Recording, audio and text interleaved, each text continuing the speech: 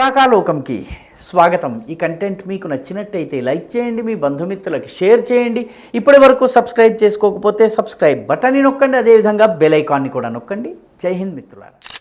భారతదేశం ఇక కాలభైరవ మంత్రం పఠించబోతోంది. కాలభైరవుడు అంటే ప్రత్యర్థుల పాలిటి మృత్యు.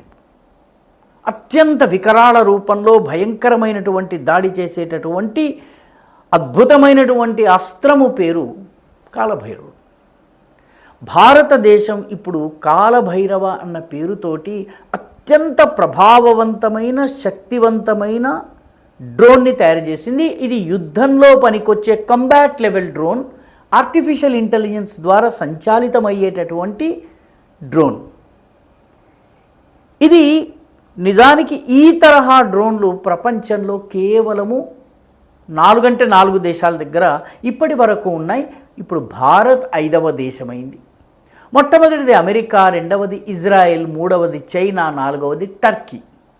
ఈ 4 దేశాల తరువాత సొంత టెక్నాలజీ ఆధారంగా స్వదేశంలోనే ఇంత అత్యద్భుతమైన అతి ప్రభావవంతమైనటువంటి డ్రోన్స్ని తయారు చేసుకునేటటువంటి సామర్థ్యాన్ని భారతదేశం పొందింది. ఈ డ్రోన్ పేరు కాలభైరవ. దీన్ని తయారు చేసింది ఒక ప్రైవేట్ కంపెనీ. ఆ కంపెనీ పేరు flying wedge defence and aerospace. దాన్ని FWDA అని అంటారు. ఈ FWDA కేవలము 3 సంవత్సరాల క్రితం మాత్రమే ప్రారంభమైంది. 2022లో దీనికి director general of civil aviation దగ్గర నుంచి లైసెన్స్ లభించింది. వీళ్ళు ఫ్యాక్టరీని సెటప్ చేశారు. ఆత్మనిర్భర్ భారత్లో అంతర్భాగంగా రక్షణ రంగంలో ఆత్మనిర్భరత స్వావలంబన కోసము ఉద్దేశించినటువంటి ప్రైవేట్ కంపెనీ ఇది. ఈ ప్రైవేట్ కంపెనీ తయారు చేసినటువంటి ఈ డ్రోన్ చాలా ప్రత్యేకమైనది. దీనిలో చాలా ప్రత్యేకతలు ఉన్నాయి.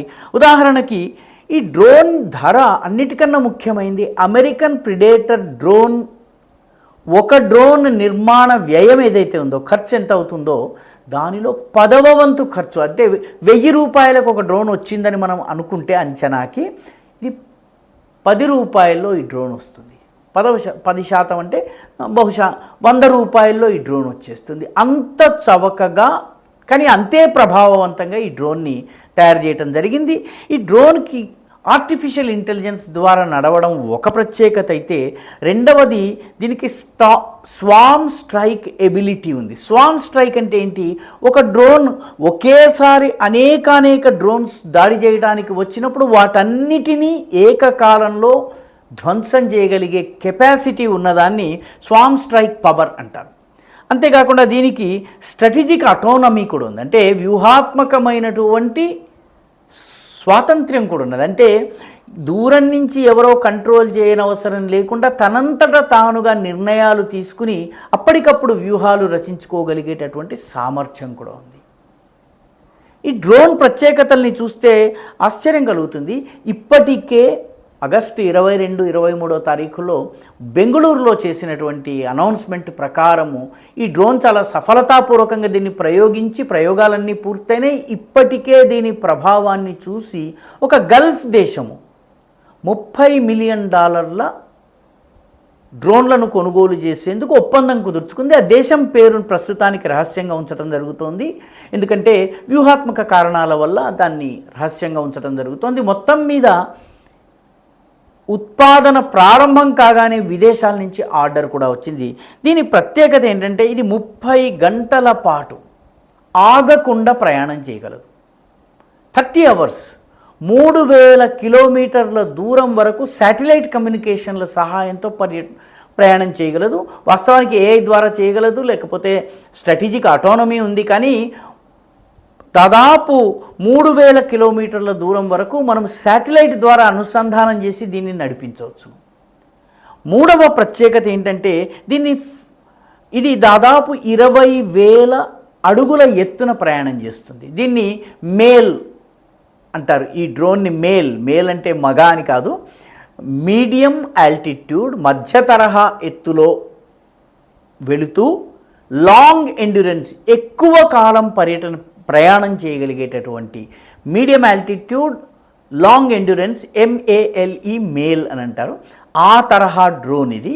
దాదాపు దీన్ని ఫ్లైట్ ఎన్వలప్ అంటారు. ఈ ఫ్లైట్ ఎన్వలప్ 20,000 అడుగుల ఎత్తున ఇది ప్రయాణం చేయగలదు.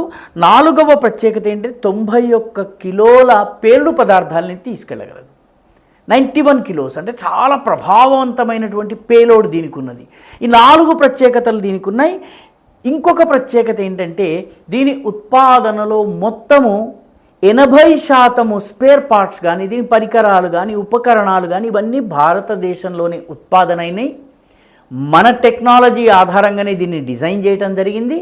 విదేశీ టెక్నాలజీతో సంబంధం లేకుండా పూర్తిగా 80% లోకల్ ఉత్పాదనలు, 20% మాత్రము విదేశాల నుంచి తెచ్చుకోవాల్సి వచ్చింది. కానీ డిజైన్ మాత్రము పూర్తిగా మనది. కాబట్టి రానున్న రోజుల్లో జరిగేటటువంటి యుద్ధాల్లో డ్రోన్స్ ఇది అత్యంత కీలక పాత్ర. కాబట్టి ఈ కాలభైరవ్ డ్రోన్ని భారతదేశపు సైన్యంలోకి ఇప్పుడు ఇండక్ట్ చేయబోతున్నారు.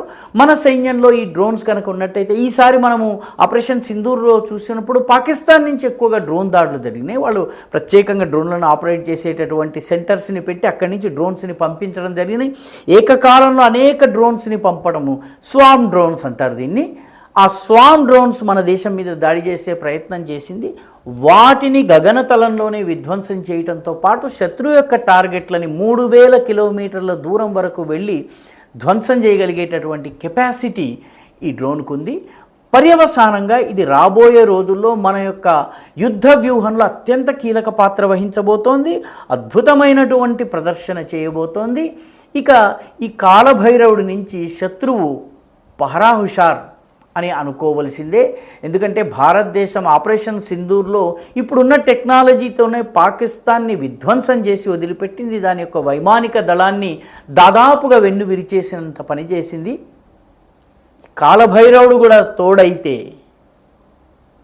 పరిస్థితి ఎలా ఉంటుందో ఊహించుకోండి. ఈ వీడియో మీకు నచ్చినట్టయితే లైక్ చేయండి, షేర్ చేయండి, ఈ ఛానల్కు సబ్స్క్రైబ్ చేయండి. మీ అభిప్రాయాన్ని కమెంట్ల రూపంలో తప్పనిసరిగా పంపించండి.